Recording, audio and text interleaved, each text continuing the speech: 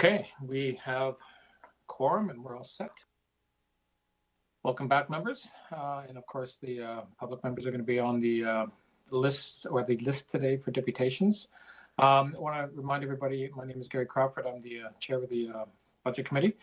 And the clerk has confirmed we do have a quorum. Today's meeting is being held by video conference, and city staff are connecting to the meeting by video conference as well as us. And as City Hall remains closed, the public will continue to participate electronically and can watch this meeting streaming live on YouTube at youtube.com/Toronto City Council Live. And of course, I ask for everyone's patience if we experience any technical delays during the meeting. I'd like to remind staff to keep the mics muted and the videos off. This will make it easy for me as the chair and for those watching on YouTube to observe members as they participate in the meeting. And of course, members, keep your mics muted while we're listening to the presentations, unless you need to turn them on for to ask questions, and keep your video turned on. If there are any visiting members of council attending the meeting today, I encourage you to put your video on so that I know that you're present, and of course the public will know that you're present, and especially if you want to ask any questions, and the clerk will be able to record you in attendance. First of all, members, is there any declarations of interest under the Municipal Account Conflict of Interest Act? Seeing none.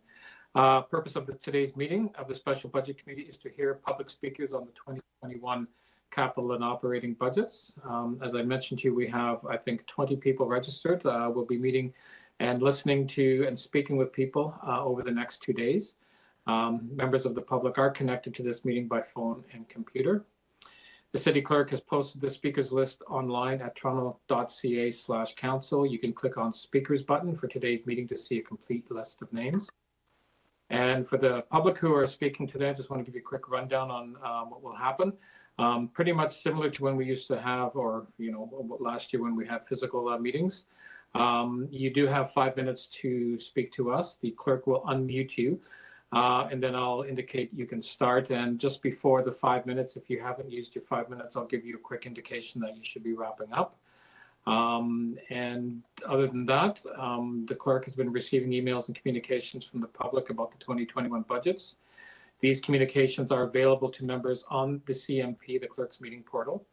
And I encourage the public to send their comments to the budget committee through the budget process by emailing buc@toronto.ca. Today and tomorrow are the public's opportunity to speak to us about the budget, looking at any concerns, questions you have, comments. We're here to listen and, of course, to ask questions. The budget committee will be making recommendations to executive, and then this will go on to full council for a debate at the beginning of March. And again, today we have public speaking. There'll be 2 more sessions today, one in the afternoon, this now till 4:30, then at 6 o'clock, and then we'll be having 3 more sessions tomorrow. On that, is there any questions from any of the members of the process? We've been around, we know what we're doing, and hopefully everybody on the line will have a good opportunity for a good conversation this afternoon. Why don't we begin with, so as I said, we have about 20 speakers that are registered presently, and I'll go down the first 2 or 3 or 4, just to let people know where they are on the list. So to begin, the first 3 speakers will be Larry Wattmore, Derek Spooner, and Laurie Sean Borzovoy. That'll be a tough one. Hopefully I pronounced that reasonably close. So why don't we start with Larry Wattmore, who's the president of the Scarborough Community Renewal Organization. Larry, you have 5 minutes. Are you there? I am here. Thank you, Councillor Crawford, and thank you to the members of the Budget Committee. My name is Larry Wattmore, and I am the president of the Scarborough Community Renewal Organization. SCRO, as we call it, is an organization of engaged volunteers that works to connect, promote, and renew Scarborough, so Scarborough can be strong and prosperous. Now, one of the city's objectives in this budget will be to stimulate our economic and our social recovery without straining the city's finances beyond what COVID has already done. SCRO would like to focus on 2 initiatives that we believe are well aligned with this objective. The first one being construction of the Eglinton East LRT from Kennedy Station to University of Toronto Scarborough and then to Malvern. On December 10th, we deputed to Executive Committee encouraging Council to support this project. We are pleased that Council decided to support the staff recommendation. This is a $4 billion project. Fortunately, the city can partially pay for this through the $800 million public transit levy, originally set up for the Scarborough subway, but which is no longer needed for this purpose. Let's use it instead to create the full length of the Eglinton East LRT all the way to Malvern, as was originally intended. Last week, we deputed to the 6 Scarborough members of Parliament who were conducting their own federal budget consultation. We are hoping and anticipating that the federal government may be willing to fund infrastructure projects which promote a post-COVID economic renewal. We urged our MPs to advocate for infrastructure funding to pay for at least 50% of the cost of this project. We would urge City Council to work with your federal colleagues to make this happen. This project has the potential to be a game changer for Scarborough. Think of the spin-off benefits. Construction jobs for thousands of Scarborough residents, some of which could be done through a community benefits agreement. Development renewal along the transit line. A huge boost for U of T Scarborough and Centennial College. And transit equity for Malvern, which relies heavily on public transit and whose residents endure punishing commute times to places of employment in Scarborough and in the city. Also, fast, reliable public transit supports your climate change policy objectives and those of the federal government. The second item we'd like to talk about is revitalizing the Scarborough Civic Centre with more employment and more city services. In 2019, the mayor announced that 1,200 municipal jobs would be moved to Scarborough as part of the Modern TO initiative. We were so pleased to hear this. Then COVID happened. So the Modern TO Workplace Modernization Program is now evolving to recognize that partial work from home arrangements and flexible office environments are the way of the future. SCRO supports the themes of this program. City staff who live in Scarborough would welcome the opportunity to report to a city workplace that is closer to home. And city staff working in Scarborough, be it at home or at the Civic Centre, are more likely to spend money locally, which contributes to Scarborough's prosperity. The latest staff report proposes a business case with a remarkable return on investment. The retrofits to the Scarborough Civic Centre would be completed by 2023. Let's make this happen. Not only does it provide workplace benefits for city staff, it also can bring city services closer to home for the 25% of Toronto residents living east of Victoria Park Avenue, and can bring city decision makers closer to the issues and concerns of suburban residents and businesses. Thank you for your time and attention, and I've provided the city clerk with a copy of my comments. Thank you very much, Larry. Appreciate your time. Do we have questions? Seeing none, great, thank you. Next, is Derek Spooner here? Derek, have you connected yet?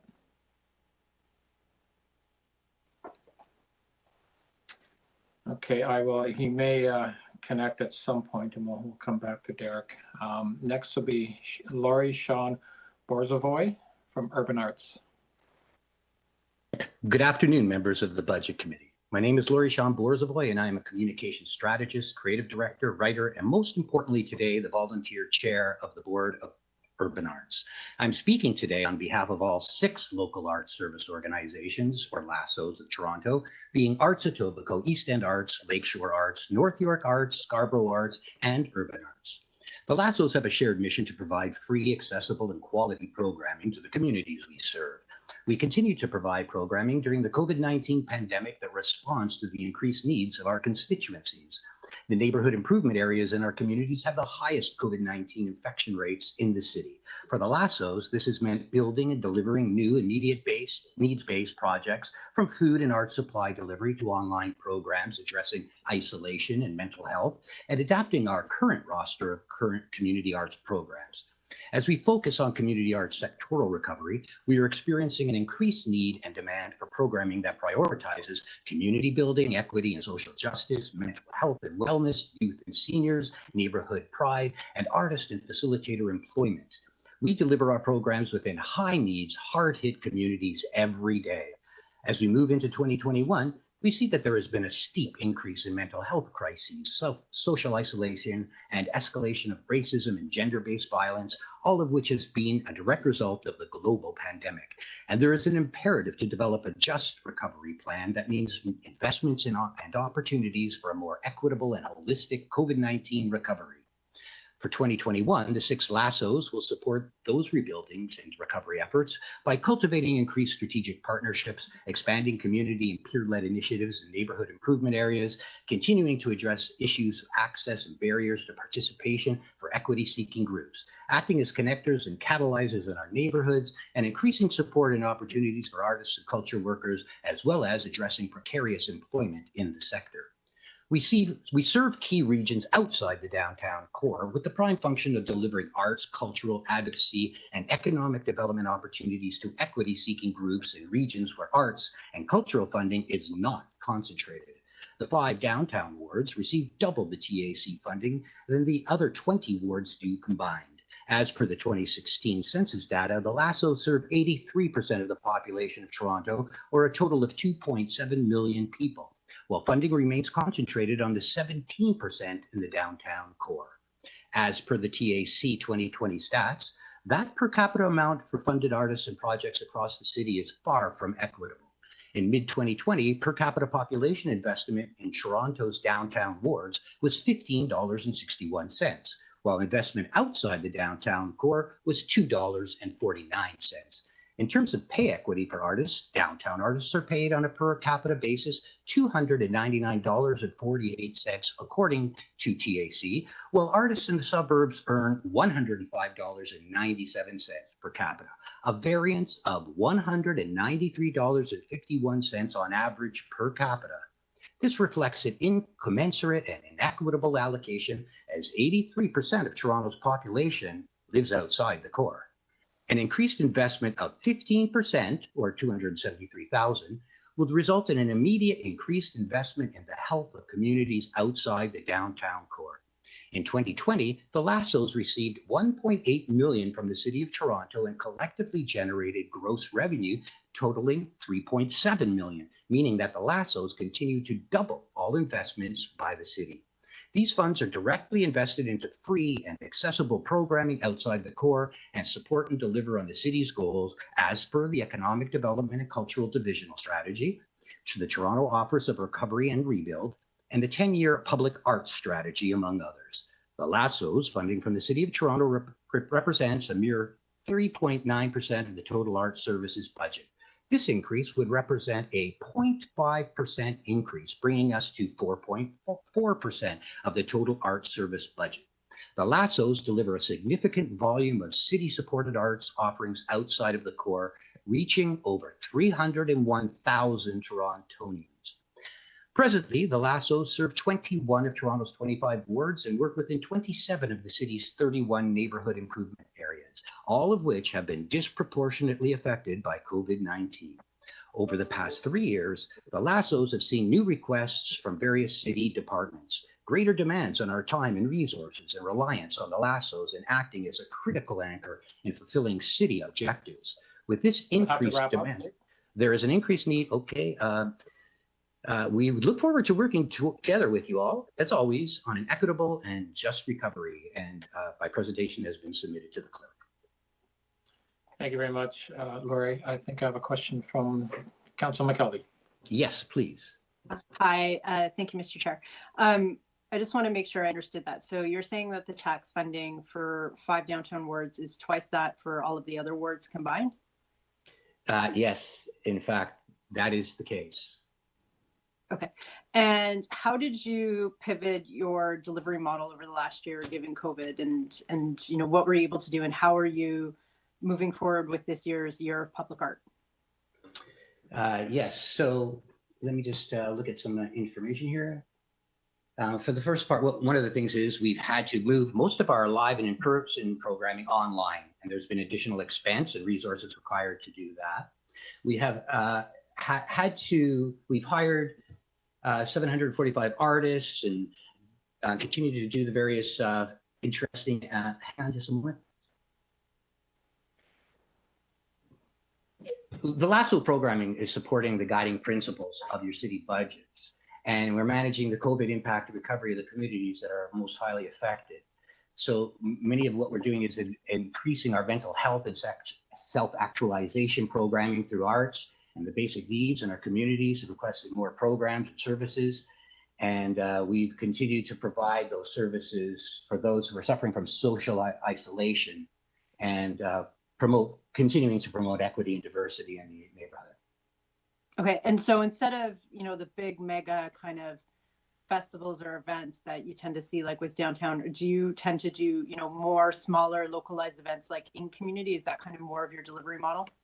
Yes, it is, absolutely. We animate and activate within local parks, within the various neighborhoods, and work within our own, directly within the models within our communities. We support the BIAs within our communities and the various other social agencies within our communities, more or less at a grassroots level.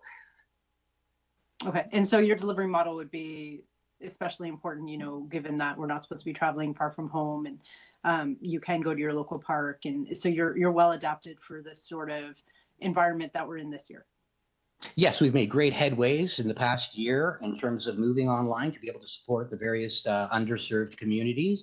For example, seniors, we have support of seniors by providing them with the technology really required to get online and do our programs. And those programs support their mental health and their ability to network and communicate with others in their community, within their specific community. Great, thank you. Thank you. Councillor Nunziata. Laurie, just a question. I know in the past, Urban Arts has been successful in doing fundraising, but it's been very challenging in 2020, and you haven't been able to do the fundraising as you had in the past, correct?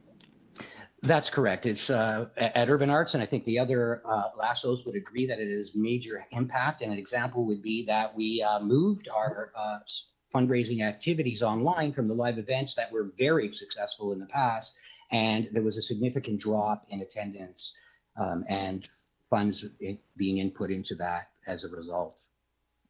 Yeah. Okay. Thank you, Laurie. Thank you very much. Thank you. Any other questions? Laurie, I just had one quick question.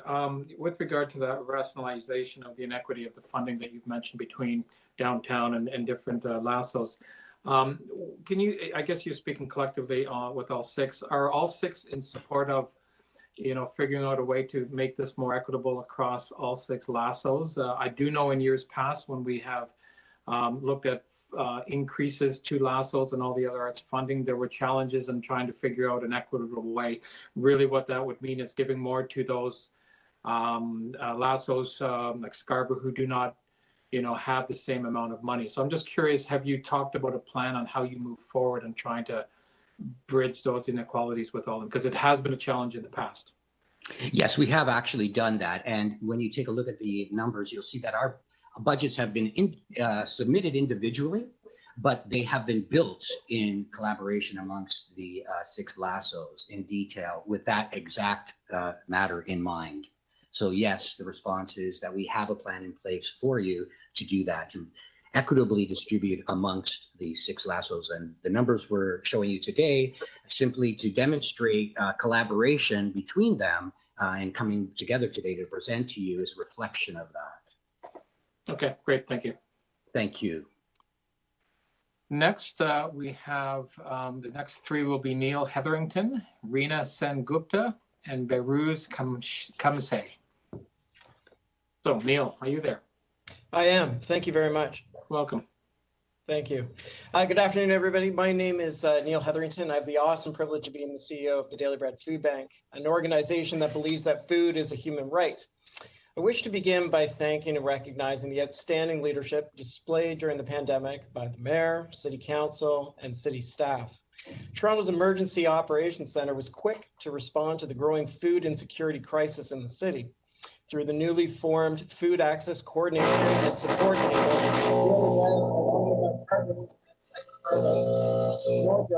we're under construction. And I've just got a signal over that will stop.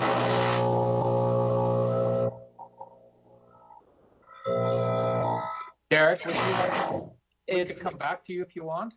They're yelling at them now. So I don't know if I could reclaim maybe 15 seconds of time. Why don't we just say if the clerks can just reset it and we'll just start you over again. How's that? Thank you. But I do promise to follow my chair's advice, which is be brief, be brilliant, and be gone. So okay. I will do that. So I was at Toronto's Emergency Operations Centre was very quick to respond to the food security crisis in the city.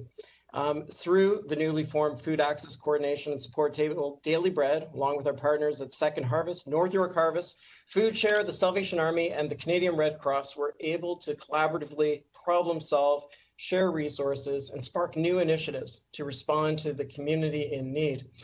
Two of these examples that I'm sure each of you are familiar with include the support provided by the Toronto Public Libraries, who stepped up to open up pop-up food banks, and Toronto's Office of Partnership, who is helping us secure much needed food donations.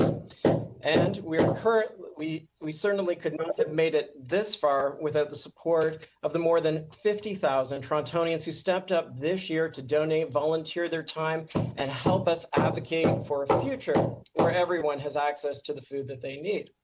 These partnerships have been critical in responding to COVID-19 and will be critical for the road ahead.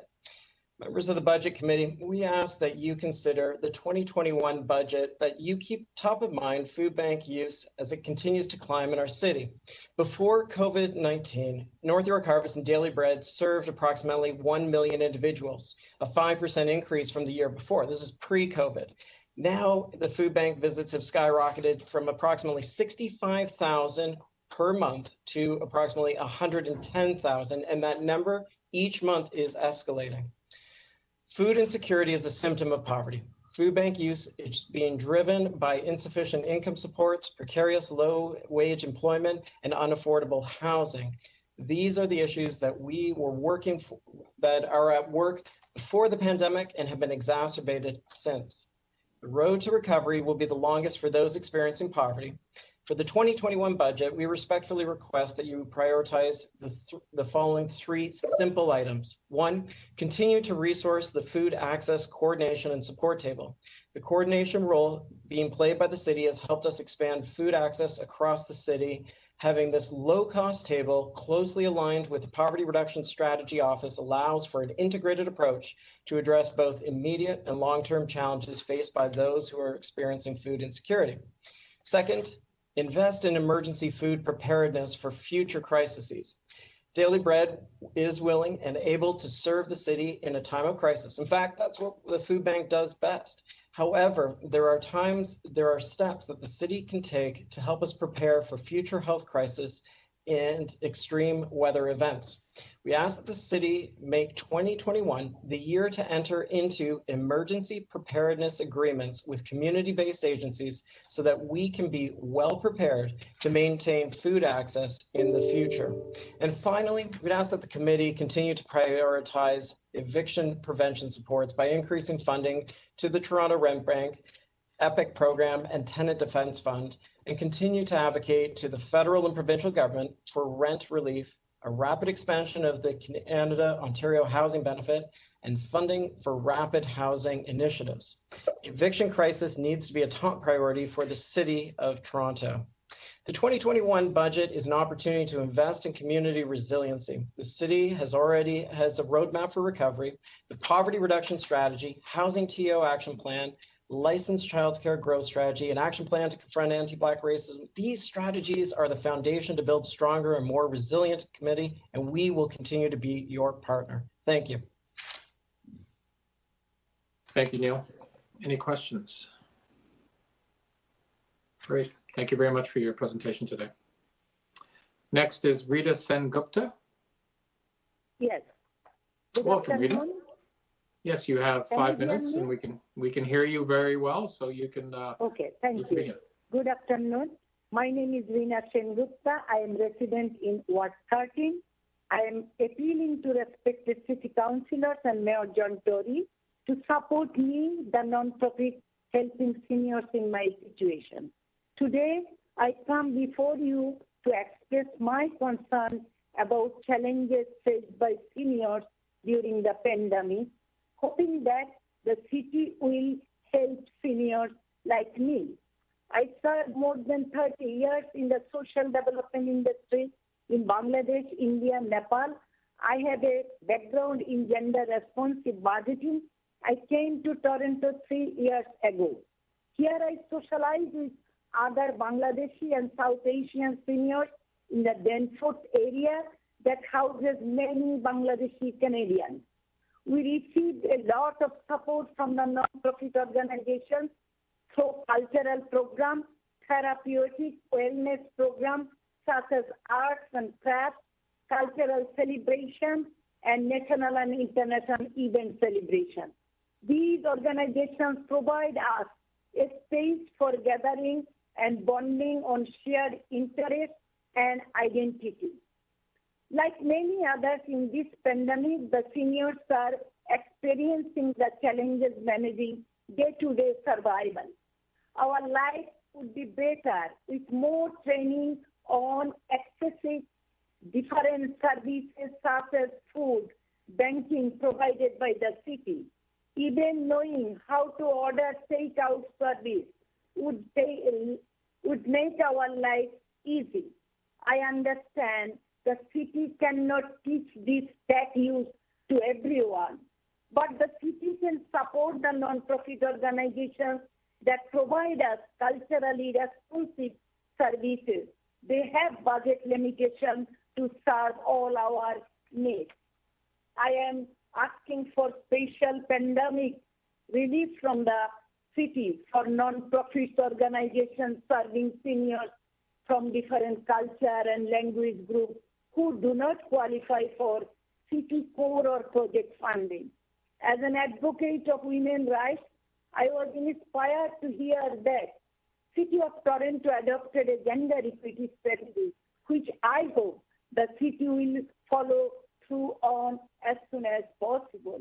To support the needs of myself and others in our immigrant women's communities, I would like to see the city does the following in the 2021 operating budget. First, provide non-profit organizations with funding for more culturally appropriate peer support work to immigrant women and especially senior women. Peer workers can effectively address the extreme social isolation and mental health concerns many in our communities are experiencing during the pandemic.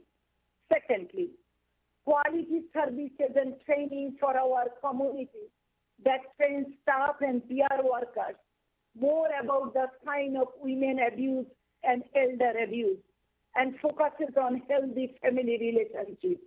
We know peer workers and staff of our communities are often first-line responders when there is hidden abuse taking place in the home. Finally, provide training for culturally specific peer workers in our communities to help form community safety networks and in turn liaise with police and mental health first responders. I will conclude by saying, please support immigrant women who are seniors through not-for-profit organization in the 2021 budget. It will help us stay independent, be more active, show up less at hospital emergency, and volunteer more. Thank you for giving me this opportunity to share my thoughts. Thank you very much, Reena, for your deputation. Are there questions? Thank you and appreciate your time with us today. Next is Berus Kensei. Hi, you guys hear me? We can hear you, Berus. Yes, we can. Good, thank you. My name is Berus Kensei, and I represent the taxi owners and operators in the city of Toronto. And the mandate of this organization is to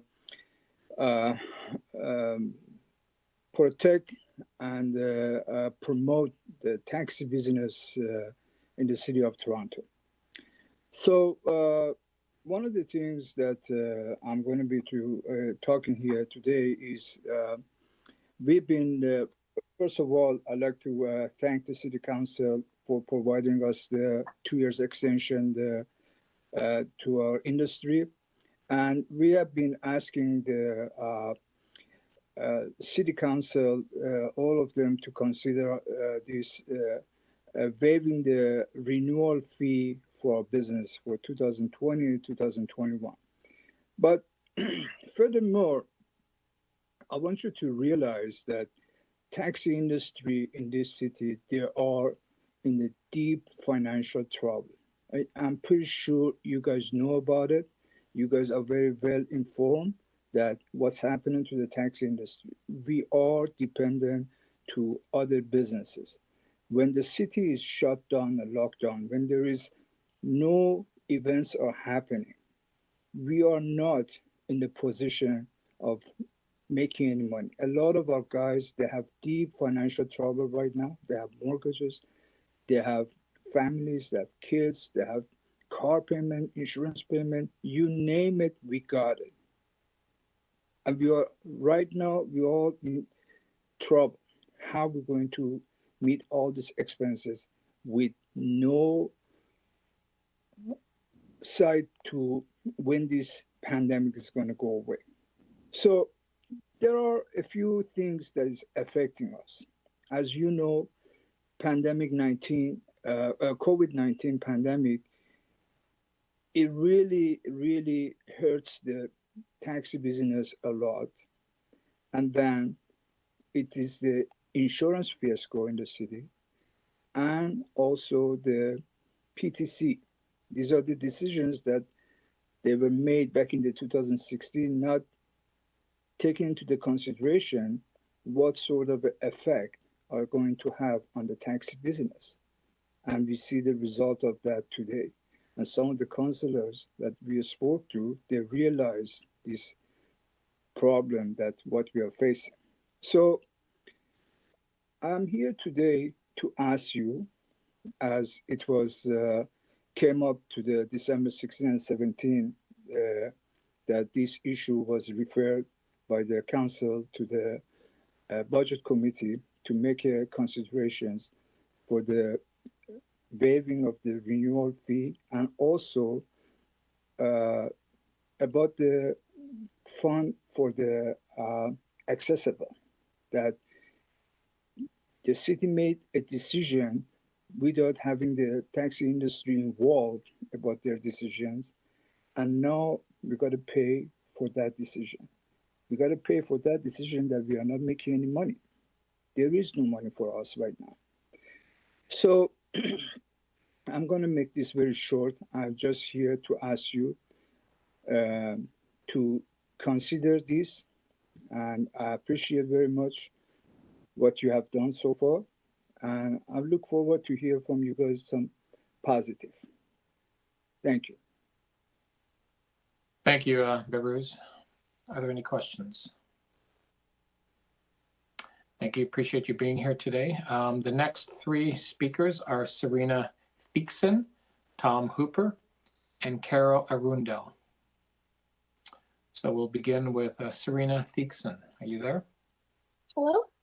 Great. Welcome. You'll have 5 minutes. Okay, thank you. Hello, my name is Serena. I'm here today to support the demands to defund Toronto Police Services in 2021 by 50% and reallocate those funds to meet community needs, with priority being given to strengthening public services for marginalized communities, Black, Indigenous, and racialized communities, and those living with the many effects of poverty. I was born and raised in the city's East End, and I now live in Davenport, Ward 9. This is my first time speaking at a committee meeting, and I am doing so out of frustration. I'm in my early 20s, and I've already been met with the realities of the future that my generation is being handed because of your repeated inaction when faced with the current inequalities in our society. I'm not here to talk about statistics and reports because there are many readily available that show the negative effects of policing and how much harm it causes.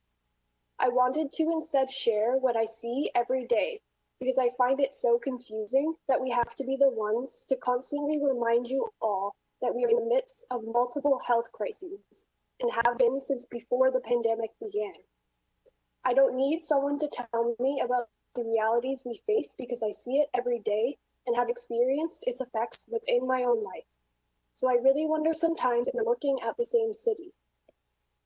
Poverty is a health risk, food insecurity is a health risk, homelessness is a health risk, addiction and unsafe usage is a health risk, institutionalized racism is a health risk, lack of proper supports for mentally ill and disabled peoples is a health risk.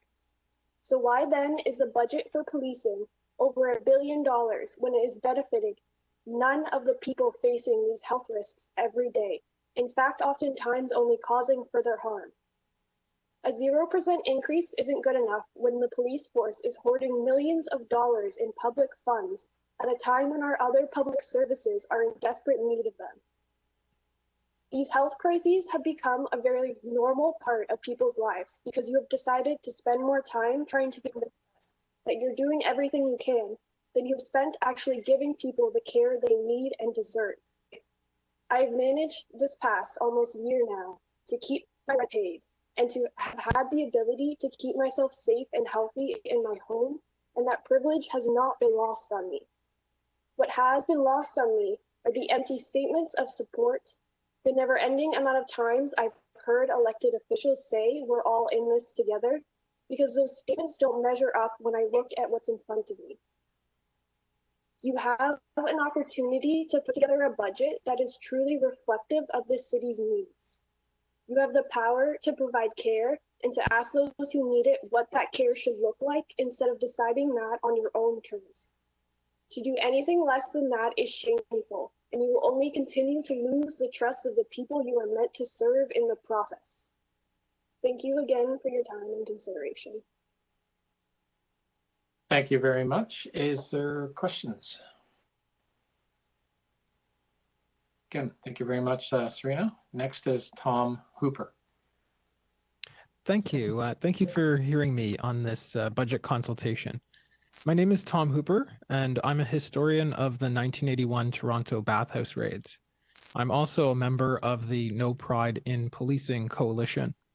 Next week is the 40th anniversary of the February 5th, 1981 bathhouse raids, where 306 gay men were arrested in one night in a coordinated police raid by more than 200 officers. This was the result of a 6-month undercover investigation in Toronto's gay bathhouses in what police called Operation Soap. Using these funds from the city's budget, police purchased entry into our community's baths, removed their clothes, put on towels, and strolled through the halls and steam rooms looking for gay sex. Or what in legal criminal code terms is known as acts of indecency in a common body house. With this in-strip of 1970s Yonge Street cleaned up, the police needed a new enemy to justify their bloated budget. As it turns out, when police have money, they use it to target marginalized communities.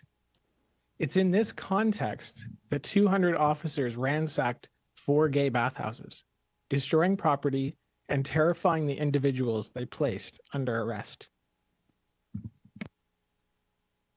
The community responded to this police violence with a massive protest in the streets. Thousands of people marched, including one of the speakers at the protest, Lamona Johnson. Her husband, Albert Johnson, was murdered by police in 1979. The bath raids highlighted the connections between police violence against queers and against Black people. In the decades after police killed Albert Johnson, we have seen numerous examples of violent interactions between police and Black, Indigenous, and people of color. In June 1981, a few months after Operation SOAP, police raided 2 more baths, and it was in this context of community rage against these repeated attacks that the organization of Pride was officially created. Now, I understand Pride Toronto has submitted a deputation to this committee earlier this morning. Now, at the time, City Council expressed its outrage at the bath raids. But when we look at the historical records, we see Council made similar pleas we hear today. We need more training. We need more diversity. We need more community liaison officers. We need more reform. And among the favorite of elected officials, we need an official inquiry. The 1981 Bruner Report was the city's response to the bath raids. The report and its recommendations sat on a shelf and was ignored for more than a decade. Among Bruner's recommendations was a moratorium on police raids against gay men in parks. In 2016, only months after the police's so-called apology for the bath raids, police were yet again going undercover behind the bushes to entrap men seeking harmless moonlight encounters. Now, I understand we're about to receive another official inquiry, which I'm sure will have excellent recommendations that the police can spend 40 years ignoring. In 1981, our community highlighted the harm police violence was causing to the community. Several gay men had gone missing, and their murders were not taken seriously by police. And here we are 40 years later, facing similar problems. We keep hearing similar answers. In the recent case of a serial killer in the village, we now know that men, several from the South Asian community, were murdered. We have witnessed the unsolved murders of sex workers and trans women, including Alora Wells. The institution of policing is incapable of providing our communities with safety and crisis response. Now, Operation SOAP, Project Marie, and police violence more broadly requires money. It's time to move on from this past and imagine a future where these funds could be reallocated away from police violence and into new community-led and community-based anti-violence, harm reduction, and crisis response programs. 50% of the police budget should be reallocated to this immediately. Now, as a historian, I understand that our institutions may seem like they're permanent and irreplaceable, but they're not. The institution of policing as we know it today emerged from the violence of colonialism against Indigenous peoples and the enforcement of slavery codes. We have seen this legacy play out in the present. We need to ask ourselves if this institution belongs going forward in the 21st century. The No Pride in Policing Coalition is calling for an end to the police. It begins with a 50% reallocation of the police budget. Thank you. Very much. Do I see any questions? Great, thank you very much. Next is Carol Arundel from Social Planning Toronto. I think, Carol, you logged on. Yes, I'm here. Good afternoon. I'm Carol Arundel. I'm the Interim Executive Director at Social Planning Toronto. I was thinking on the weekend about what will happen, what it will be like when COVID's over, when it's a memory rather than our day-to-day living experience. And I was also thinking how our city will have changed as a result of the COVID crisis. I'm not a historian, but when I look back at the major crises, there's always been a corresponding system shift, a significant and enduring change to something that's better. In the early 1900s, Toronto had epidemics of cholera, smallpox, typhoid, polio, other things, as well as terrible sanitation that led to the introduction of the medical officer of health and the foundations of what we now know as public health. World War II saw national programs related to unemployment, family allowance. The aftermath of the war included housing programs, economic development. Our city engaged in regional thinking in the 1950s. Two-tier government was formed, infrastructure was developed. How will our city have changed as the result of this COVID crisis? I've got to say I stumbled a bit here. I stumbled not because I can't imagine a different future for the city. I can. My city of the future is founded on much greater equity between and among community members. We will have made strides to address our climate emergency and reduce our footprint. Our environment is healthier. My future includes strong communities and businesses that are well connected and accessible, parks that are safe, playgrounds, services, and community infrastructure. There are housing options for people that are homeless or who need mental health supports. And there's sufficient affordable housing in neighborhoods and communities across the city. People will have enough money to pay the rent and buy food. And that will supplement the food they grow seasonally in their community gardens. They can participate in cultural, recreational, and civic activities and have enough money to get there on transit. In fact, all of our children will have access to the opportunities and be supported to grow and develop into our future civic leaders. Now, here's where I stumbled in. I stumbled because I don't see how we're going to get there. We have a limited window to act. Once this crisis has passed, the sense of urgency for change will dissolve. The 2021 budget doesn't signal the shift that we need. It doesn't say to other levels of government that things need to change. Toronto needs more autonomy without going cap in hand for funding and permission. It also doesn't show what's going to change in how we support communities and businesses. It includes smaller, more incremental adjustments rather than big and bold initiatives. There are lots of suggestions about how to change. Social Planning Toronto recently contributed to a letter that went to all of you, signed by more than 50 community organizations, that set out a number of asks. We were part of work in April and contributed to the core work over the summer and the fall. We have a pretty good idea of the system change that's needed to create a more equitable city. First of all, change needs to happen in how and when we engage community members. This process of making deputations on a budget that's already been developed and will be improved within a month isn't working. We need to engage with you to develop processes for input and participation and co-create our vision of the city. Change needs to happen in how we use our existing resources. We support the reallocation to community services from the police, as described in the report, Rethinking Community Safety.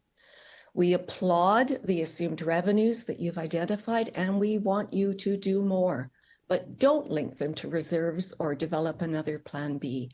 Let other levels of government contribute where they should. We also want you to increase property taxes beyond $22. There are many people that don't have housing or food, that are living in bus shelters, that don't have the basics of life, and we need to better support them. We need to mobilize our biggest assets, the residents and the business, to support you in creating a vision for the city and negotiating a new deal. Let's make some noise. Let us advocate with you for a just, fair, equitable, accessible, and green future for our city. Thank you. Thank you very much. Are there questions? Thank you, Carol. Next three speakers are Barsha Ghose, Jason Ottie, and Kathleen Smith. So we'll begin with Barsha Ghose. Welcome. Good afternoon, everyone. Can you hear me, everybody? Yeah, we can hear you great. Go ahead. Thank you. Good afternoon, everyone. Hope you're all doing well and staying safe during this pandemic. My name is Barsha Ghose, and I work as a store manager for Freedom Mobile as an essential worker. Let me begin by saying thank you for the opportunity to speak with you all today. I'm here today to speak to you all regarding the unique challenges COVID-19 has presented for the elderly, and especially those who are in long-term care or hospice. The story I'm about to share is a personal one, but the sentiment and challenges are widespread and relatable. The story is about my mother, who was diagnosed with ovarian cancer in 2018. She battled cancer for 2 years and passed away on June 23, 2020, while in hospice care. Although tough, I wish more could have been done to make her last days less lonely. She was at hospice for 2 weeks, and our visits were largely restricted to seeing her through the window of her room. We understood that the distance was required to prevent the spread of COVID-19, but the regulation made our goodbye feel inhuman.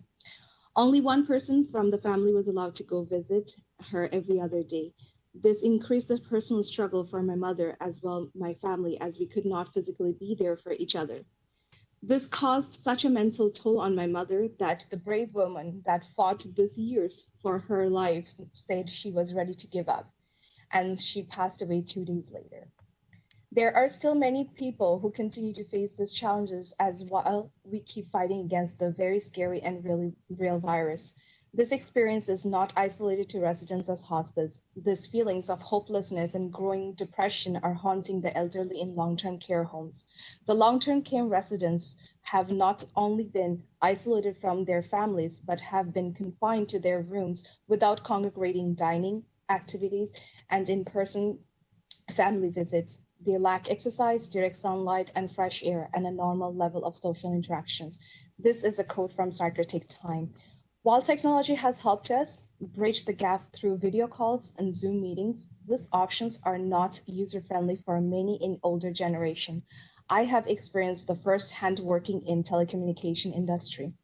Due to lack of social interaction or tools to help senior engage technology to aid social interaction, news headlines like Nancy Russell, 90-year-old, chooses medically assisted death over the isolation from COVID-19 restriction has begun to highlight the deep impact the social isolation has had on residents of hospice and long-term care homes. Here is another quote from Psychotic Time. The psychological stress of social isolation can be particularly jarring for these individuals, even those already acclimed to some degree of pre-existing social isolation. They spend most of their time alone in their rooms without in-person contact with family and other loved ones. They are surrounded by staff members rendered less familiar due to mask, gowns, and face shields. Hearing and visual loss can make effective communication very difficult through multiple layers of personal protective equipment as well. This has put undue pressure on healthcare workers to protect themselves while acting as a surrogate families for residents they support. Here is some stats. Number shows that the death rate has been increased in long-term care. In last year, June 1st, death rate at a long-term care was 28%, which was 1,465. Now, as of January 19, 2021, death rate at a long-term is 3,274, which is 58%. Due to such hardship, I sincerely ask the board to consider budgeting to help resolve the very damaging impact social isolation is having on seniors. This can be achieved in following ways. Allocate more funds to create more role or position where residents can be provided means and help to use technology to connect with their friends and family more often. Funding more in equipments to help in connect with their family and friends and neighbors. Allowing family members who are able to show recent negative COVID-19 tests to visit and spend more time with their elderly resident in long-term cares. Provide more opportunities for online social activities such as virtual bingo for residents to participate.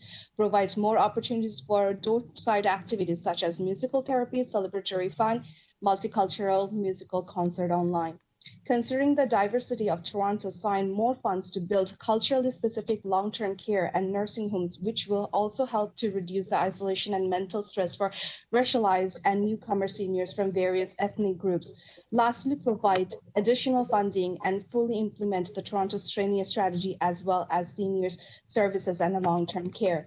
While the reality remains at COVID-19 has been extremely challenging in a multitude of aspects, I hope the Budget Committee, City Council will recognize and understand the time to help bring some normalcy back to the lives of seniors and residents of long-term cares and senior housing. This is the cause-worthy of deserving place in the city budget. Thank you so much for your time. Thank you very much, Barsha. Any questions? Councillor Carroll. Thank you. Yes, and thank you, Barsha, for your deputation, because I know you had a really difficult time. So sharing that with us, I think really focused everyone, and they hear you loud and clear. The challenge we're facing right now is making sure that what changes we make actually would extend to all long-term care homes. We can update our own, and we can recommend, and we can wrap around the things that happen in senior programs not necessarily long-term care homes. But I'm wondering if you're also reaching out to the provincial government so that maybe we could collaborate with them to make sure that these things happen all the way through to privately run homes. Absolutely. This is my first time I'm presenting here, so I have some information to reach out to the healthcare facilities and to you guys and the DOC4 to come up with some sort of ideas that we can provide to the seniors, as I believe Reena Sengupta has presented how seniors is also having a hard time to go through this pandemic. I think last year was really, really difficult for me to go visit my mother and spend time with her. I know long-term care are doing as much as they can, but me being in the first hand working in a telecommunication company, just realizing they're having a really hard time to go through this online way of dealing with the stuff.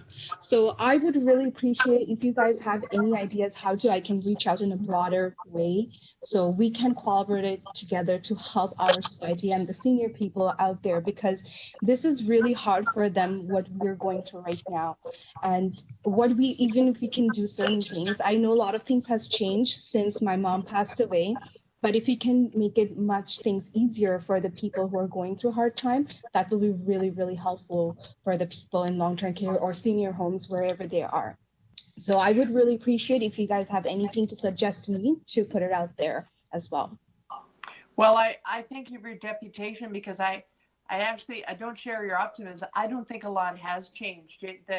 The situation that you described going through with your mother, my father's going through now. He's confined to his room, and his personality is all but gone in a year. And it's these conditions, and I think we can do things even while we're still in this lockdown circumstance. But we really need the partnership. So if you engage your local MPP and then your local councillor goes to engage them, I think we can really start to get some momentum and collaborate on the improvements as governments.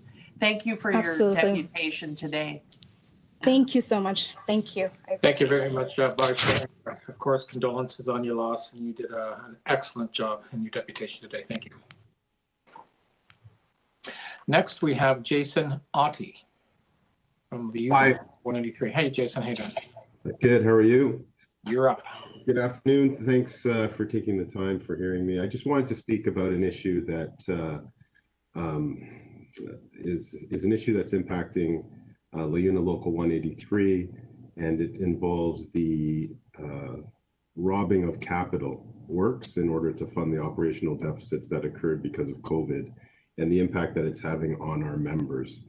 LaUna Local 183 is nearly 60,000 members, and our members have anchored the construction of major projects such as subways, water mains, roads, and bridges across the cities for decades. Our members complete the many state of good repair projects which keep Torontonians moving and ensure the reliable delivery of critical services. Taxpayers expect their government to keep roads, bridges, and basic community infrastructure in good working order.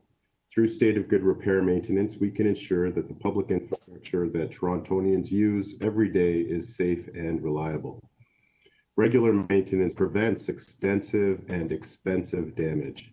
If we fail to maintain our assets now, we will have to complete larger repairs later with a bigger price tag. Rebuilding infrastructure means long-term shutdowns of roads, bridges, and community centers, as well as traffic disruptions and higher costs to taxpayers. Our growing city can't afford it, and we can prevent it. As noted in the 2016 Canadian Infrastructure Report Card, 1/3 of our municipal infrastructure is in fair, poor, or very poor condition, increasing the risk of service disruption. And the situation has gotten worse. By continuing to halt and delay these shovel-ready projects, we're neglecting our members, construction workers, and laborers specifically, but also constituents. The 2019 report card stresses that every dollar spent on maintenance while an asset is in fair to excellent condition can eliminate or delay 6 to 10 times as much spending on rehab and replacement later. Toronto relies on its capital and road infrastructure. Failing to maintain it will lead to long, expensive service disruptions, and people will notice.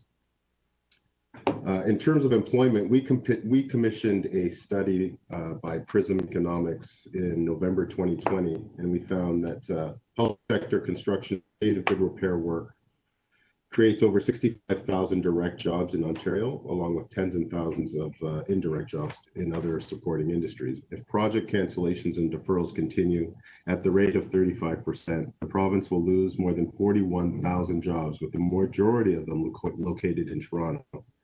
These workers and their families are the heart of our neighborhoods. They can't afford these layoffs, and neither can our communities.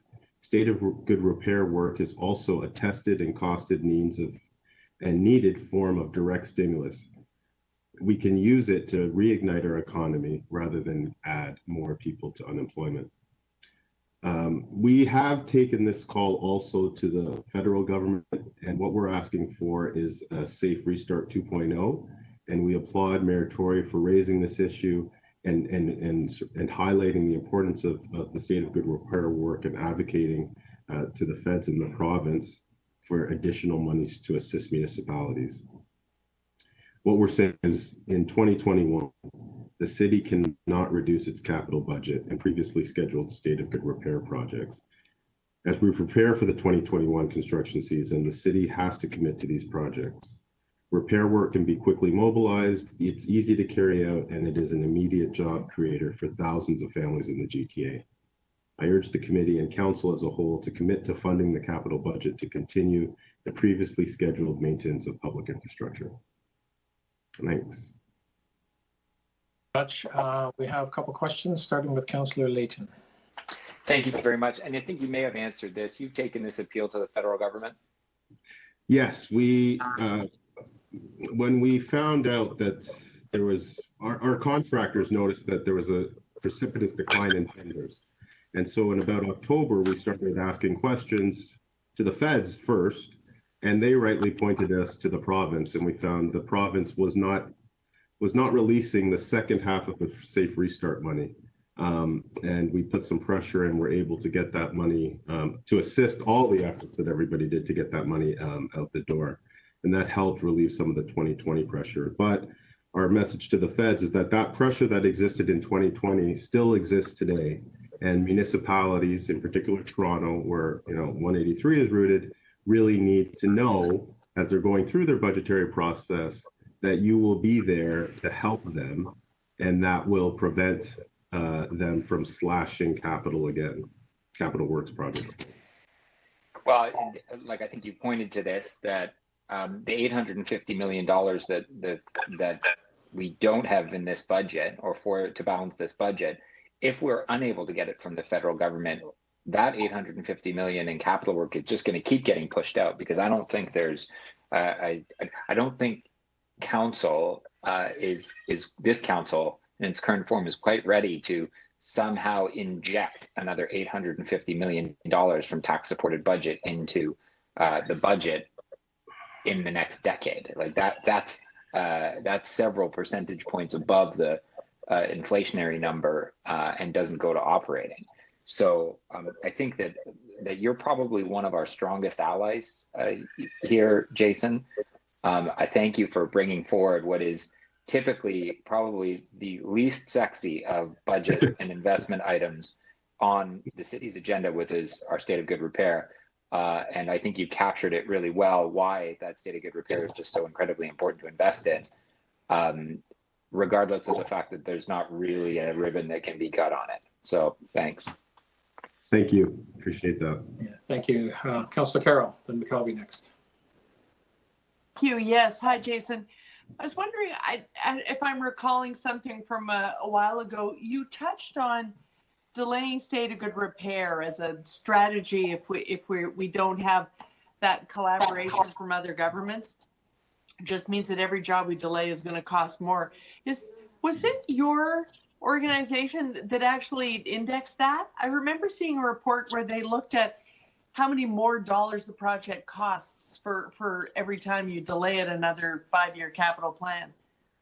There were two reports there was one report that we just issued in November. I don't recall that being part of it, but through an organization that we are a member of called the Residential and Civil Construction Alliance of Ontario, We Yeah. we do a lot of high level work on sort of asset management and the importance of good asset management planning, and sort of providing some thought leading suggestions to policymakers about how to get and exact the most value for your dollar. Right. One of the contractors on our calls has pointed out rightly that they are very hungry right now for work, and from a city perspective, you'll get really good pricing on the. To put it bluntly, Yes. So now is the time to strike, and we are hoping that our advocates at the government is making some way to give you those pressure that you're facing as you to the budgetary process. Thank you. Thanks today. Thank you very much. Next, Councillor McKelvey. Thank you, Jason, for your deputation. I've been trying to find multipliers for Toronto specific in terms of for every $1 million invested, it yields X number of jobs. So broadband more broadly is about 9.4. Do you have numbers for what it means for Toronto, or what 856 million could mean in terms of jobs? Well, we know currently that the number of jobs that are in jeopardy should we lose an entire construction season because of capital works projects being delayed. And we think conservatively that it's around 41,000 direct jobs. 41,000 jobs in total.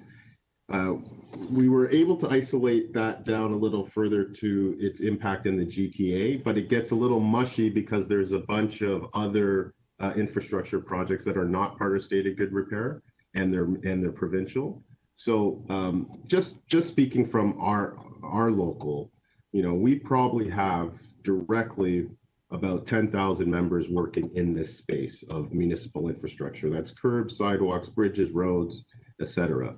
And they're always busy right up until Christmas. Never really see layoffs prior to that. And this was the first year where we experienced layoffs prior to Christmas. And for the first time, contractors are facing some uncertainty about being able to rehire them come early spring, because there has not been that signal that the amount of work is going to be out there again in 2021. And that's directly impacting our members and their livelihoods. So I don't know if I've answered your question, but no, that's helpful. 10,000, and based on the only multipliers we could find so far, we were estimating 8,000. But I have asked city staff to come back with what that implication would be of 856 million. So when the city staff prepare that, I'll also share it with you. My last question is related to that. In terms of your employment, most at risk, is it the youth jobs in particular? So the onboarding of new people, and I know you have very targeted programs for risk at youth, for example, in priority neighborhoods. So are those jobs the most at risk with any cuts we have? Because inevitably it means you can't bring more people on. Absolutely. I mean, the outreach strategy through community benefit agreements and bringing in more risk at youth, Black, Indigenous, and people of color into the industry to increase our diversity. All of that is predicated on having a robust construction market. And as projects are reduced, unfortunately, that opportunity to give these people the opportunity that work will diminish greatly. And so it will be a compounding factor, and that will impact our ability to meet those targets and to assist the city in supporting their appetite for these programs like community benefits and other strategies, for sure. And as you engage with the federal government, which thank you for doing that, are you also sharing that point with them around that community benefits, that broader work that you're doing, and how much that will be in peril? No, and to your point, I think we should start. Okay. Yeah. If you have any of those numbers you could share with us, that would be helpful following up on this. Thank you so much for coming out today. Thank you. Thank you, Jason. Next is Kathleen Smith. Welcome, Kathleen. Hi. I'd like to thank the committee for taking time to hear my deputation. As Councillor Crawford said, my name is Kathleen Smith, and I'm an administrator and frontline worker at a church that works with people who are homeless and living in poverty. The budget that we're discussing today is essentially a status quo budget with some modest investments. As someone who has been working with folks on the street during the pandemic, I believe that this status quo budget fails to recognize the state of affairs in our city. COVID-19 itself has obviously created a state of emergency, but it's also exacerbated the crises that were present in Toronto long before March 2020, particularly the housing crisis. There are currently thousands of Torontonians without a home and thousands of others who are barely holding on to their housing. This is an emergency, and we need a budget that treats it as such.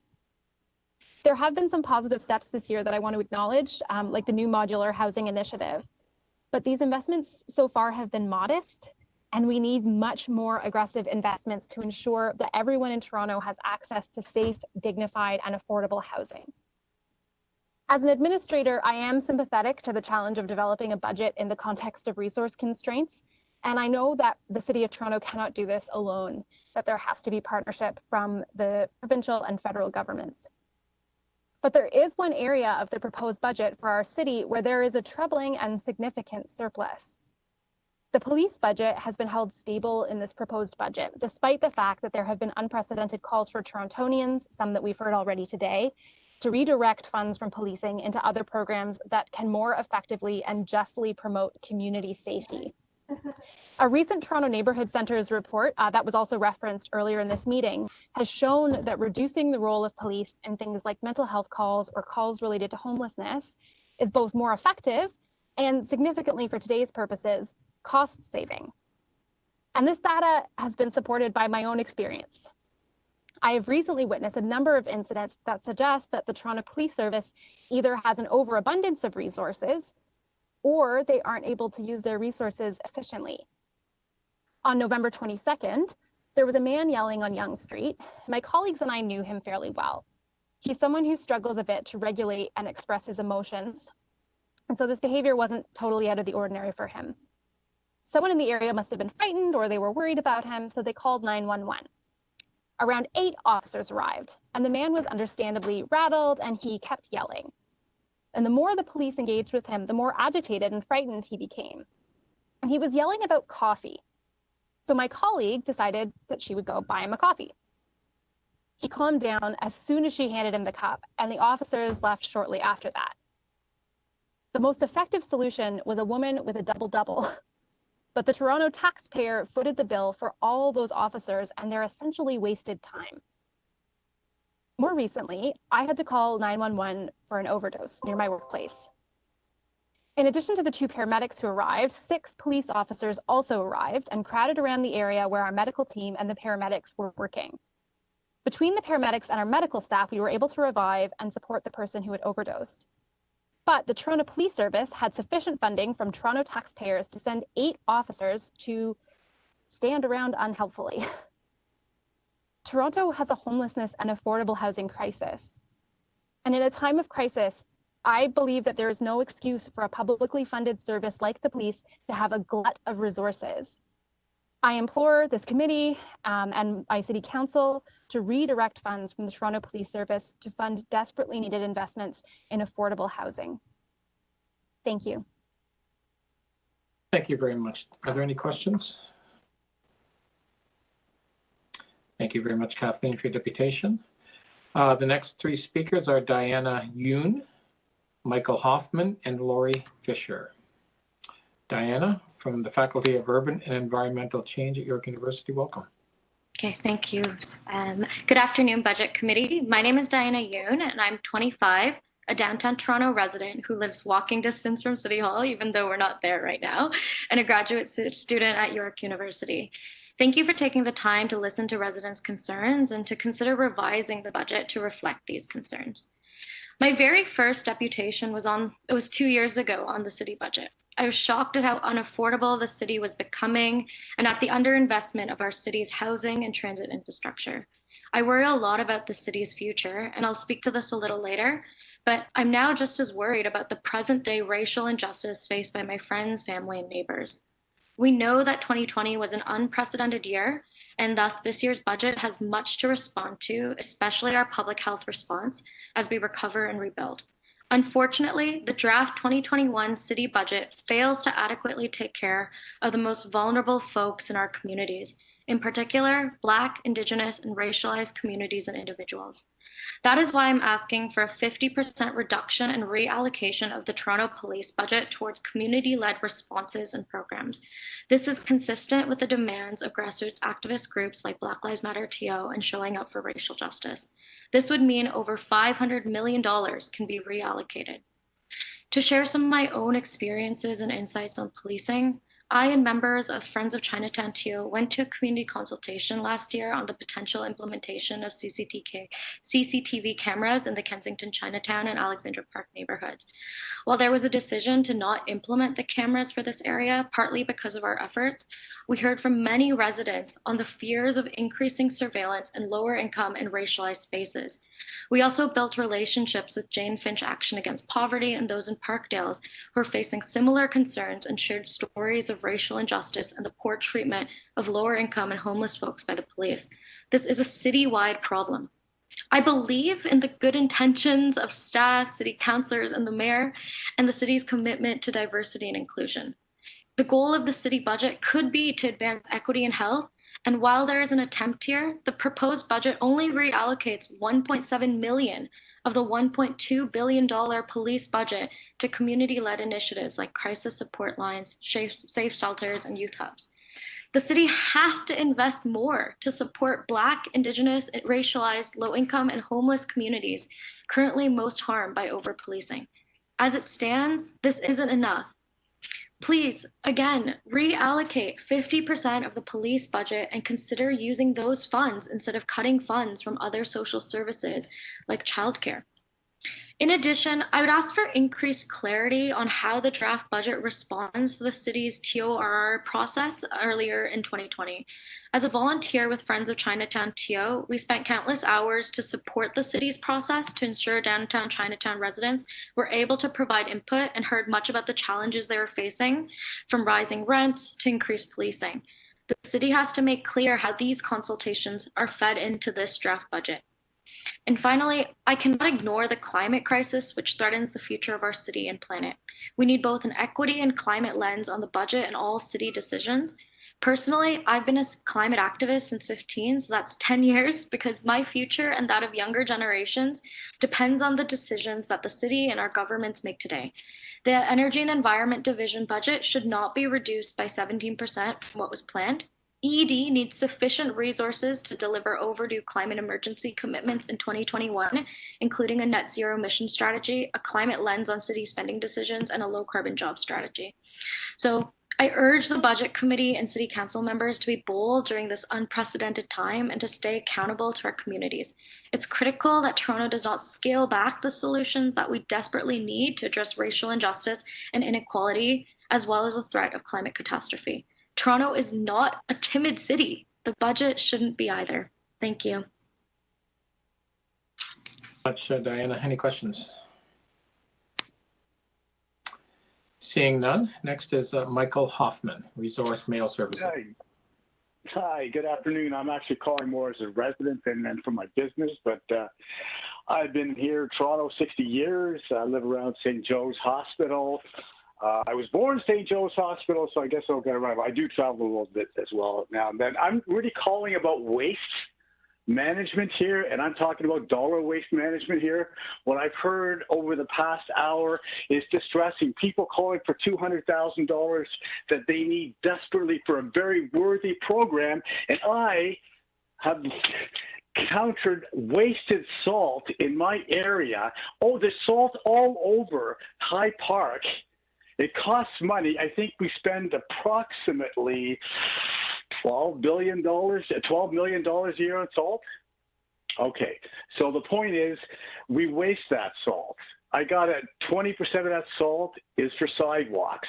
That's a $2 million budget for sidewalk salt. I'm seeing it lie all over the place. In front of High Park Library, they've actually swept the salt off the sidewalk because it was just so awful for people to walk on, people with dogs and so on and so forth.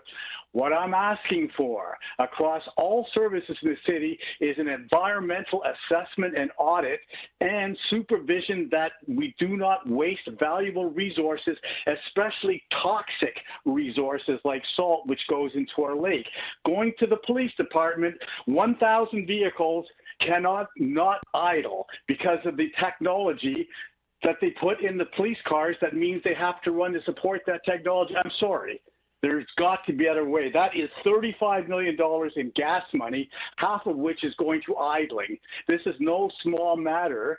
The city has to address this environmentally, and so that we can apportion those funds not to waste, but for desperately needed programs. That's my waste side. I'm asking for that to be done by the city immediately. The other thing is that I'm asking for is for the fast food, for every retailer that puts out garbage with their goods, fast foods, retailers, I would like to see a tax on everything that has to do outside the product itself. So if I'm ordering a hamburger and fries and all that, I've got to pay for the carton, the wrapper, everything else, because otherwise as a taxpayer, I have to pay for the disposal of that. So why not put that back on the consumer and raise money so we can do some solid waste management? That's one of my suggestions, and I just have one more that I would really like to see. Let's get on with these things like that. Is in terms of revenue generation, again, I would like to see that some of these bylaws actually get enforced so we can have more order in our city and we raise funds. If you want to walk your dog off leash, that's great. It's $265. Thank you very much. We had a huge problem with civil disobedience in COVID because bylaws are not enforced in the city. I'm saying to the city, let's do it. Let's get some bylaw enforcement officers, get them a quota, 4 tickets a day, $1,000 a day. And, you know, with 100 officers, you can raise $20 million. It's not hard, but let's get them going on it. Other than that, I love this city. I know everybody in the city does their best, but we can really, in these times, do a lot better to move funds around where they're being wasted, where they are desperately needed, and to have some accountability, oversight, you know, some structure to that process. Anyways, thank you all for listening, and a special thanks to Councillor Gord Burks and Dusha and Mary. They've always listened to me complain and done the best that they can to try and fix the situations. Thanks again. Thank you very much, Michael. Appreciate your time with us. Any questions? Great, thanks.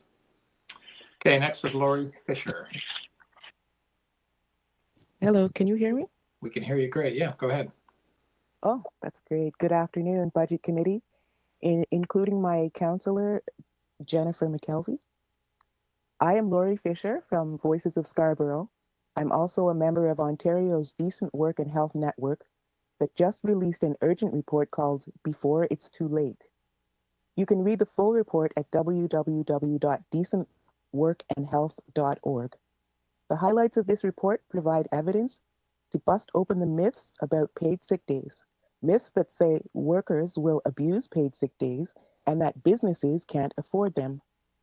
This is not true. There's evidence from jurisdictions that have already implemented legislated paid sick days, showing that workers rarely abuse them and tend to take fewer days than they are entitled to. Workers do use paid sick days as a form of insurance to take only when we really have to. Also, there is evidence that companies who do not provide paid sick days are the ones who can actually afford them, such as Walmart, Loblaws, and Amazon. These corporations can absolutely afford paid sick days. They are simply permitted to choose not to. Small businesses are not the main culprit. The research also shows that going to work sick can cost 10 times more than staying home. Paid sick days allows workers to recover faster and reduces employee turnover. Subsidizing already profitable corporations with public dollars is not the solution. We are beyond quibbling over dollars and cents. We must look at paid sick days as an investment towards our collective health. Our high priority request for Toronto's 2021 budget is to help your constituents who have been disproportionately harmed, disabled workers, racialized workers, and women. This concerns Toronto's budget. We desperately hope we and the city will not have to pay for so many hospitalizations and funerals. Some people do have sick days benefits, but it's the bulk of those who are precariously employed who still need to be included. Healthcare workers and frontline essential workers have incredibly been left smack in the center of virus outbreaks. The need for crucial financial protection, job protection, and health protection is necessary during COVID-19 and beyond. If there is no way to avoid financial collapse, leading to homelessness while following health directives, then that is not healthy. There's no such thing as staying safely at home for workers without paid sick leave. Toronto's city budget concerns are connected to individual family budgets. Being labeled essential workers means we ended up completely disregarded in the call for everyone else to stay home safe. Having a lockdown but without shutting down larger industries is the ultimate mixed message for workers in these industries. There's nothing safe about going back to work without labor protection as well as COVID virus protection. Working is the only way we can provide food and shelter for our families. Lots of people do not have enough savings to carry them over for months while being unpaid. Healthcare workers and all frontline workers deserve pandemic pay on top of the wage increase denied to us. We are long overdue for decent wages, period. Workers deserve much more from the corporations we produce wealth for and from the government we elected to protect us. These provincial and federal issues can still be taken on by local city councillors if you support our call for paid sick days, along with the top doctors and along with many big city mayors. Thank you so much for recognizing that our essential workers and health workers should not initially be called heroes, but then get financially abandoned in this time of crisis. Essential workers have been supporting all of us all this time and should have been protected from the start. We need paid sick leave for all, and we need it enforced in our labor laws. I believe in the good intentions of this committee to do the fair thing. We would really appreciate accountability to workers during the pandemic. It's crucial for lowering the death count. We ask city councillors to support us in our struggles to survive this pandemic. If labor laws had been fair in the first place, we would not have sadly ended up witnessing so many preventable deaths. It's too late for so many of us, but there are thousands of workers who still need paid sick days now. Thank you again for your time.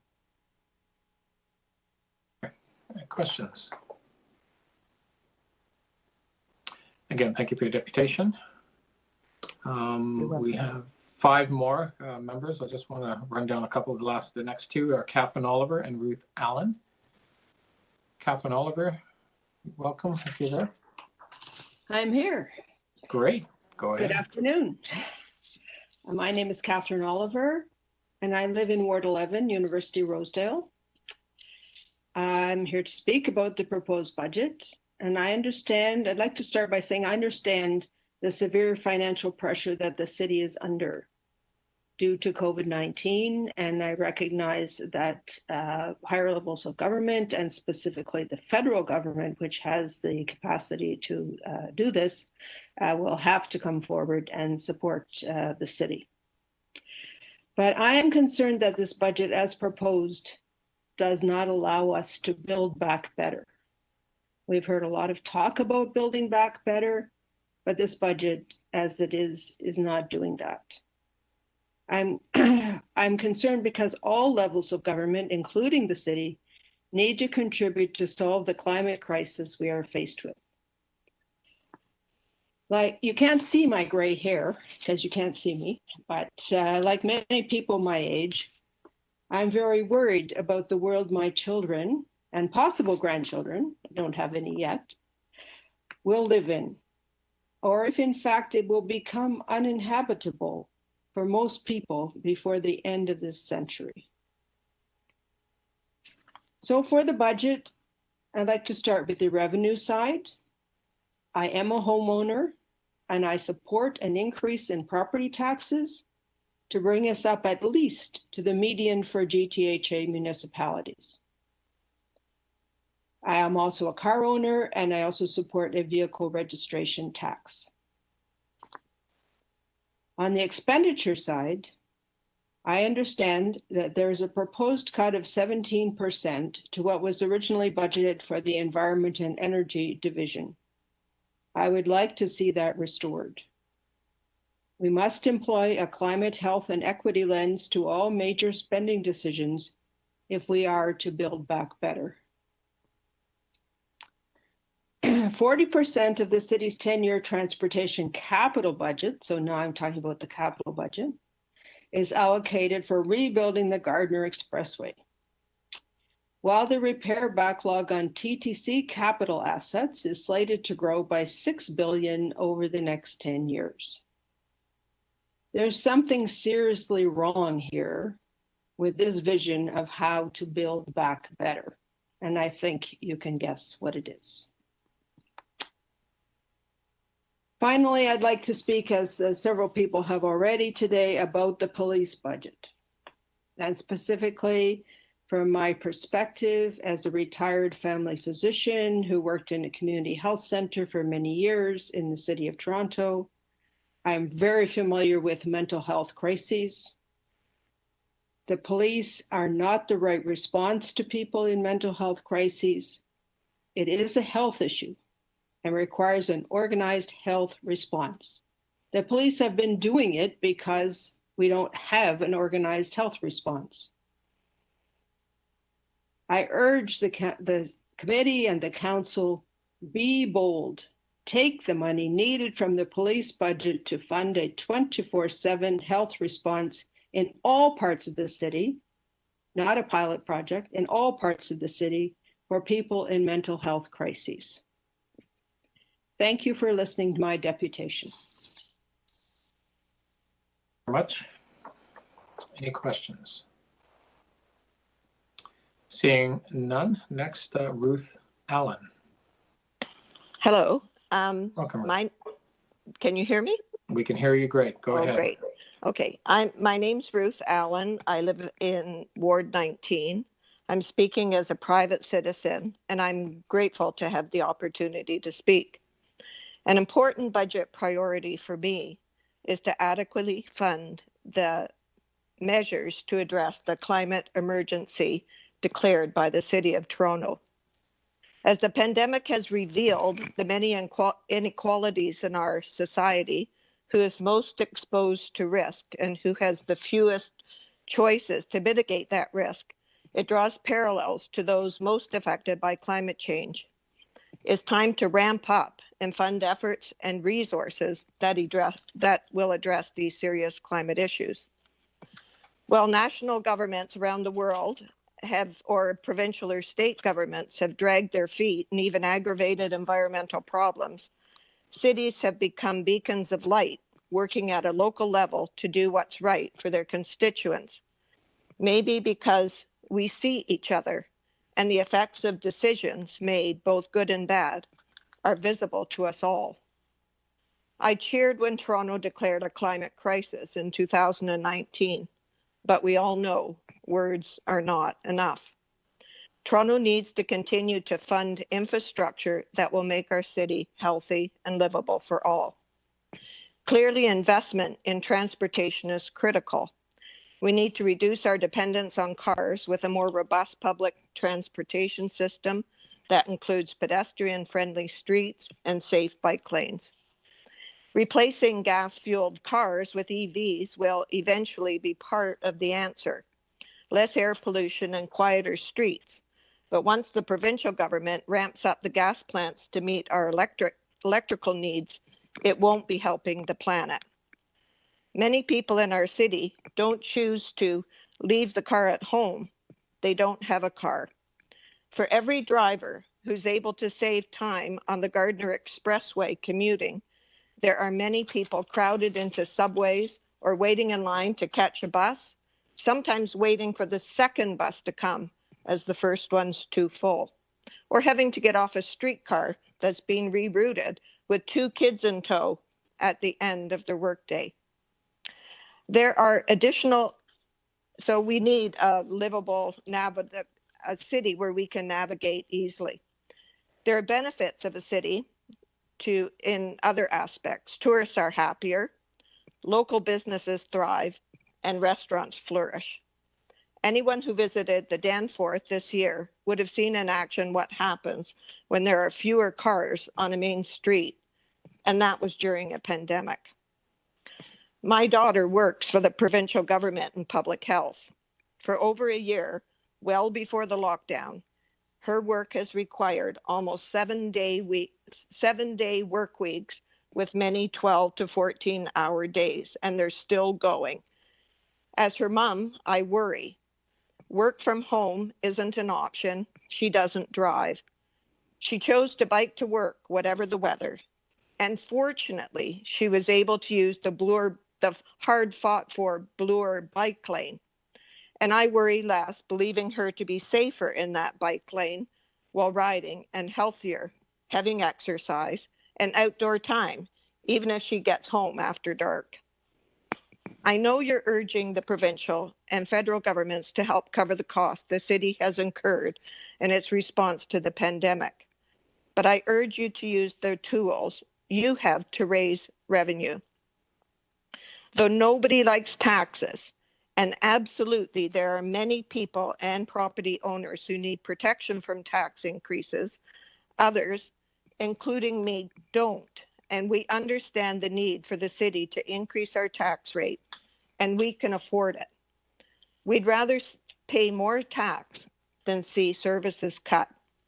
We're compassionate, and we benefit from a fair and more equitable society. So raise taxes if that's what it takes to keep moving forward on climate change and to protect those who are most vulnerable. That would be money well spent. And ironically, people who have the most money to spend have probably saved the most money during the pandemic. Canceled trips, concert tickets, plays, restaurants, sporting events. That's money that's being saved for those who can afford it. For those who are... You'll have to wrap up, Ruth. Oh, okay. I just say we're continually looking over our shoulder like Butch Cassidy and the Sundance Kid. The sheriff's coming, but over our shoulder is the climate crisis. We don't live close to a burning forest, but we've had floods, we've had heat waves, and like the previous speaker said, what we don't pay for today to prepare, we will pay in spades in the future. I know everybody means well, but please don't see everything through the climate, through a climate lens when you're considering money. Thank you, Ruth. Thank you. Any questions? Seeing none, we'll go to the last three deputations for this afternoon. Jeff Cattell, Kathy McDonald, and Josephine Gray. So we'll begin with Jeff Cattell from the Federation of North Toronto Residents Association, FONTRA.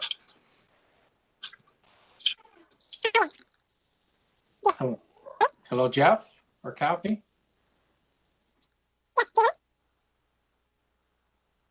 We can't hear you, unfortunately. Is Jeff or Kathy, both from FONTRA, either one of you can hear us?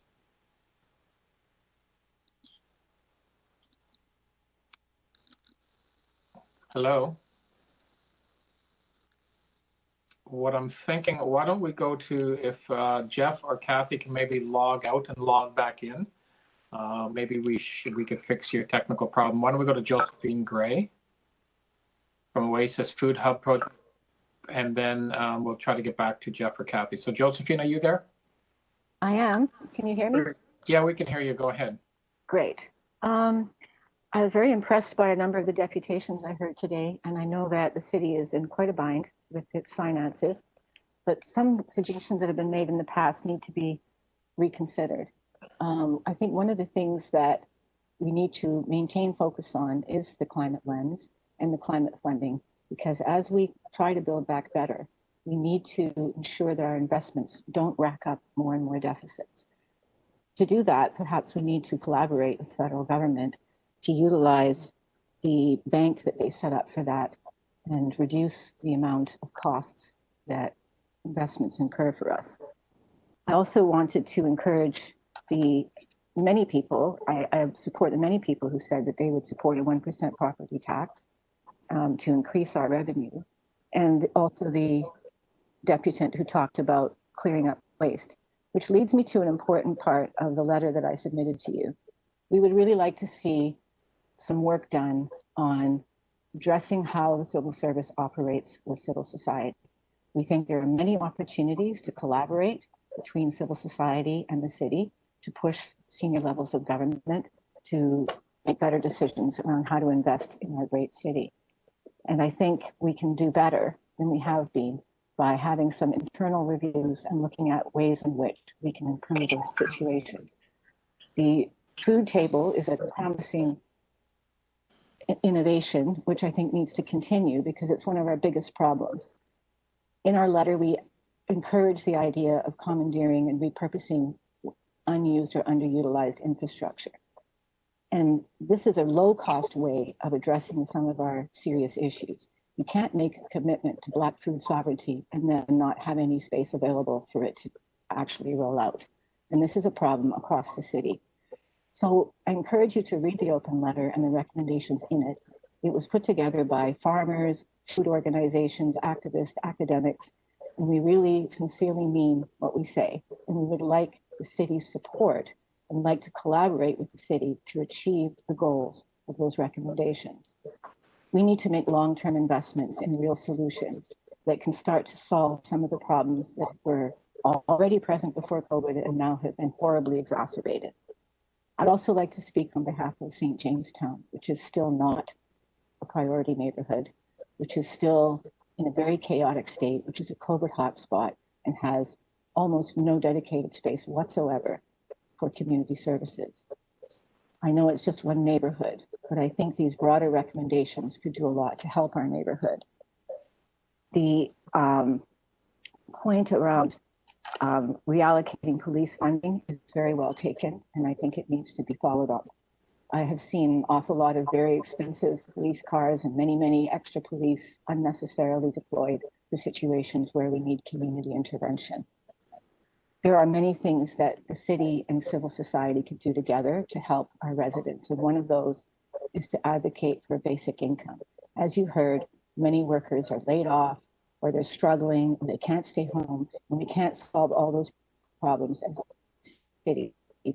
Perhaps if the city and civil society together to advocate strongly for basic income and different forms of public banking and major innovations of this nature, we will be able to begin making long-term solutions that will actually make a difference in the future.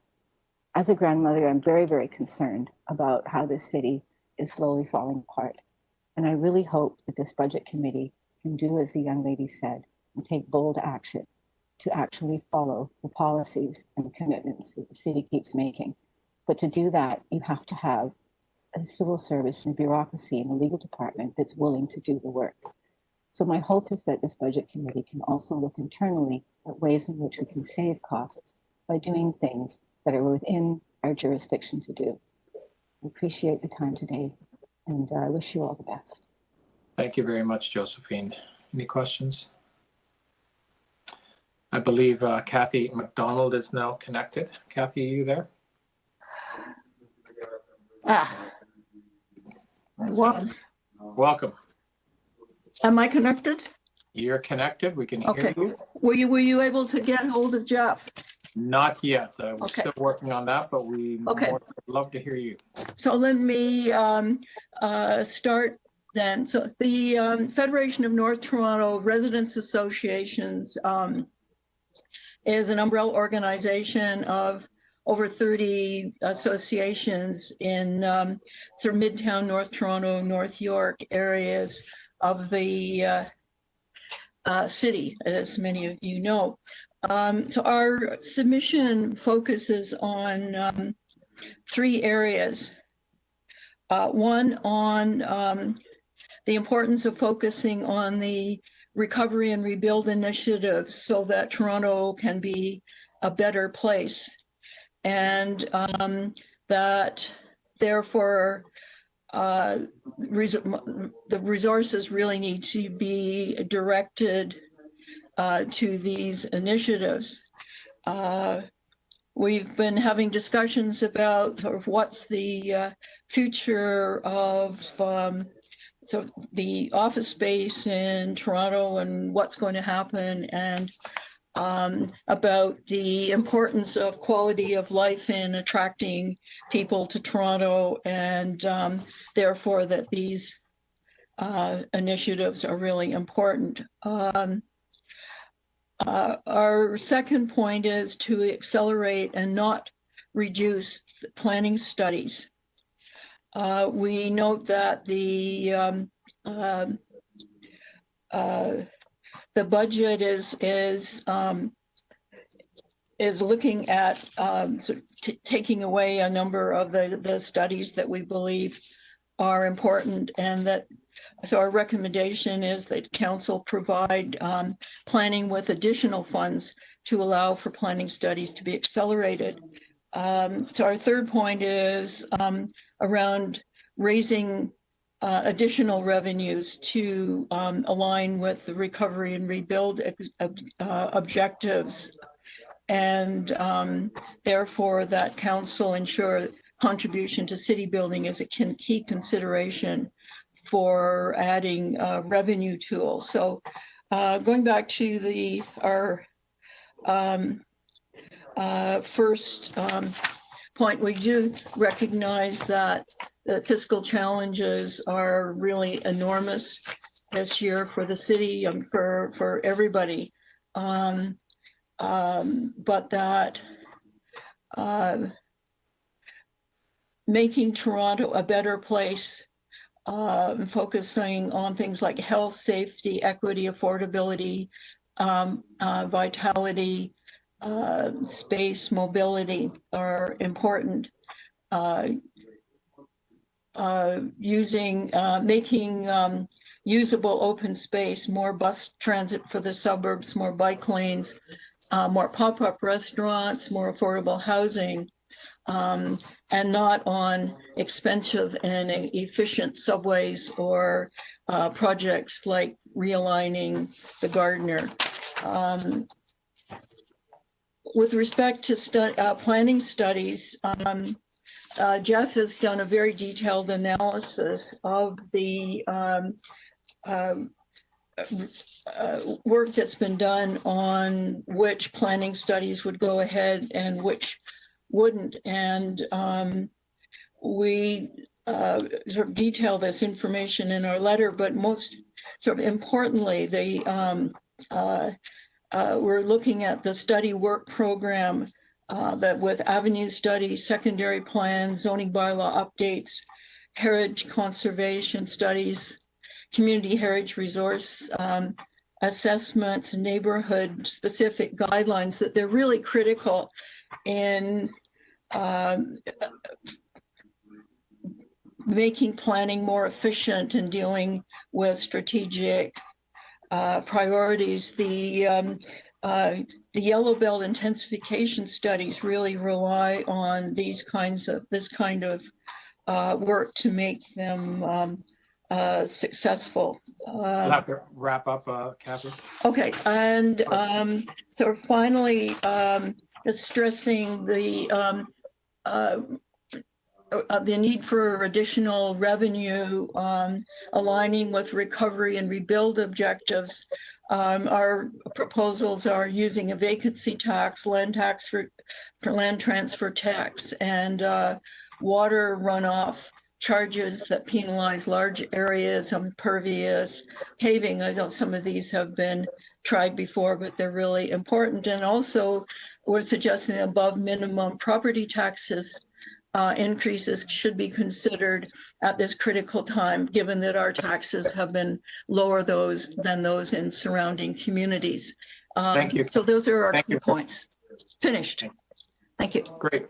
Questions? I think Jeff is, by the way, I think he has connected, so we'll be able to go to him. Okay. Okay. Jeff, you there? I am here. Can you hear me? Perfectly. I was there before. I don't understand what happened, but anyway. Oh, Kathy covered the points. Oh, okay. So you're okay. Speak. Did you want to speak? Well, she did cover our submission. So if there are any questions, we're happy to Okay, any questions for Font or for Kathy or Jeff? Would encourage people to read our submission. It's a 5-page important document, shall I say. Great. Okay, well, thank you very much, both of you. Thank all the deputations and deputants for coming this afternoon. We are finished for the afternoon session. I need a motion to receive the public presentations. Councillor Annunziata will move that. All in favor? Opposed? Carried. Great. We are now, I guess, in recess till 6 p.m. and we'll see everybody then. And again, don't forget we have a separate link to get in, and we'll see. Do we know how many deputations we have this afternoon at 6 o'clock? Just so we know timeline. I'm just curious if the clerks, they haven't given it to me yet. I'm just wondering if the clerks online can comment on that. Yes, we have 10 deputants so far, Councillor Crawford. Okay, and so there's are people still allowed to sign up, or is that closed? Yes, they are. Okay, great. Okay, thank you. Thanks, Jennifer.